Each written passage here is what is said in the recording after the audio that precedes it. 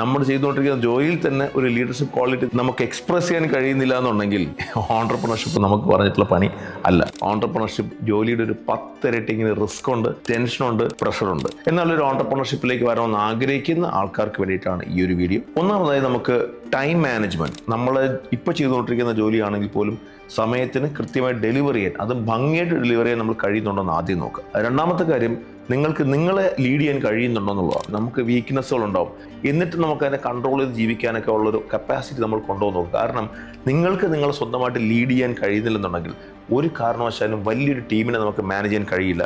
Business എന്ന് പറയുന്നത് ഒറ്റയാൾ പട്ടാളമല്ല. ആ ടീമിനകത്ത് വരുന്ന പല കാര്യങ്ങളും നമ്മൾ മാനേജ് ചെയ്തും അതിനെ ഓവർകം ചെയ്തും ആ ചാലഞ്ചസിനെ ഫേസ് ചെയ്ത് നോക്കണം മുന്നോട്ട് പോകാൻ.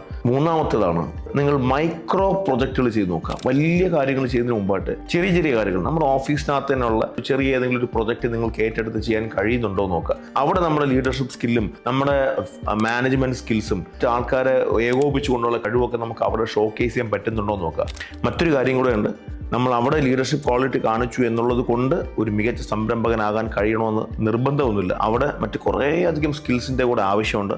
ആ സ്കിൽസ് എല്ലാം നേടിയെടുക്കാനുള്ള, പഠിച്ചെടുക്കാനുള്ള ഒരു ആർജവം കൂടെ നമ്മൾ ഇതിനോടൊപ്പം കാണിക്കണം. ഇതൊക്കെ ഓക്കെ ആണെന്നുണ്ടെങ്കിൽ നിങ്ങളൊരു ഓൺട്രപ്രണർ ആവുന്നതിനെ കുറിച്ച് ചിന്തിച്ചോ. അതല്ലെന്നുണ്ടെങ്കിൽ ജോലി തന്നെയാണ് നല്ലത്.